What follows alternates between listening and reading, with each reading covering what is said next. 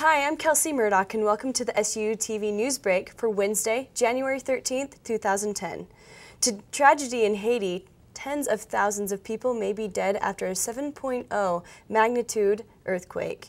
Tuesday afternoon struck just outside the capital city of Port-au-Prince. While information and images are still trickling out of the country, we've brought in John Goldston, a former reporter on the country, to help us better understand the situation.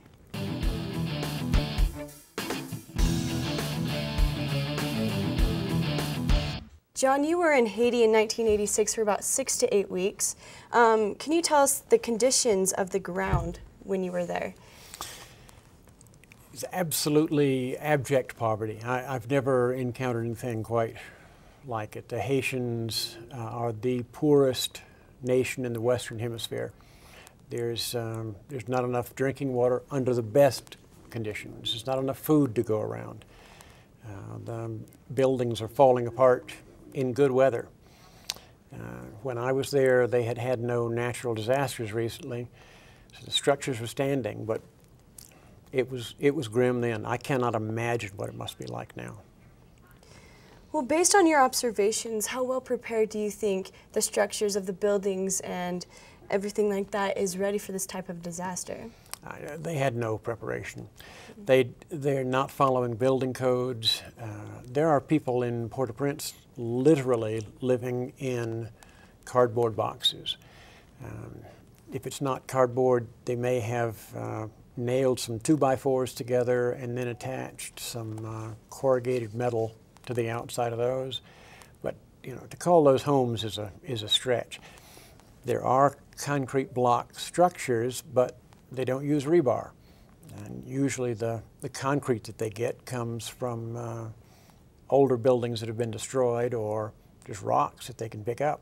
And they try to cobble them together with a little cement. And like I say, they're not able to feed themselves in good conditions. So now if suddenly you destroy half of the existing food that they were eating, and you've doubled the problem. Well, we actually have an eyewitness account by Henry Bond visiting on official business with the U.S. Department of Agriculture, described the scene by saying, quote, "Everyone is just totally freaked out and shaken. The sky is just gray with dust," close quote. That gray dust was obviously all the cement just billowing out of the buildings. Exactly. The quality of their cement is really low. And of course, cement uses ash at its base. So if it's not properly mixed, you don't have enough sand in it, then when the cement breaks, it's like breaking a piece of chalk. That dust is going to go everywhere. And just imagine thousands of acres of buildings made out of chalk all being assaulted at once. It just must have been a nightmarish cloud that settled over the city. I'm sure. What might be the challenges in providing international relief to Haiti? Haiti is notorious for not dealing well with relief efforts. They have had hundreds of millions of dollars, American public and private dollars, poured into the country in attempts to try to help them. But most of that money never makes it to the designated recipient. I know there were situations with one of the more successful operations called Project Heifer. If Project Heifer would raise $100 in this country, by the time the money got into the hands of the people that needed it in Haiti, they might be able to get $1 or $2 worth out of it. The rest of it's been skimmed or paid off in bribes.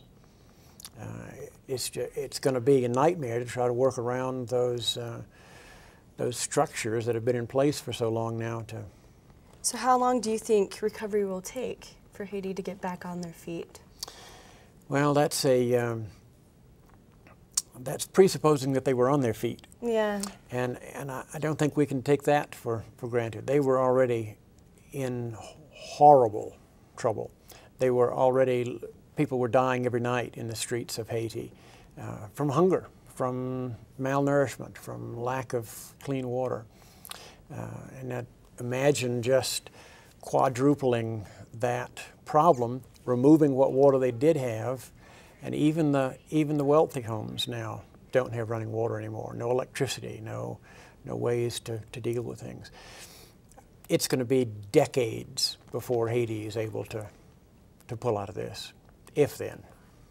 Earlier today, President Barack Obama addressed the country, adding the U.S. to the list of countries sending relief and helping the people of Haiti. This must truly be an international effort. Finally, let me just say that this is a time when we are reminded of the common humanity that we all share. With just a few hundred miles of ocean between us and a long history that binds us together, Haitians are our neighbors in the Americas and here at home. So we have to be there for them in their hour of need. The White House, in conjunction with the Red Cross, has set up a number of ways to help. To donate $10 to the Red Cross's effort to help the people of Haiti, text Haiti, H-A-I-T-I, to 90999. The donation will be charged to your cell phone bill. For more information on ways you can help, visit www.whitehouse.gov.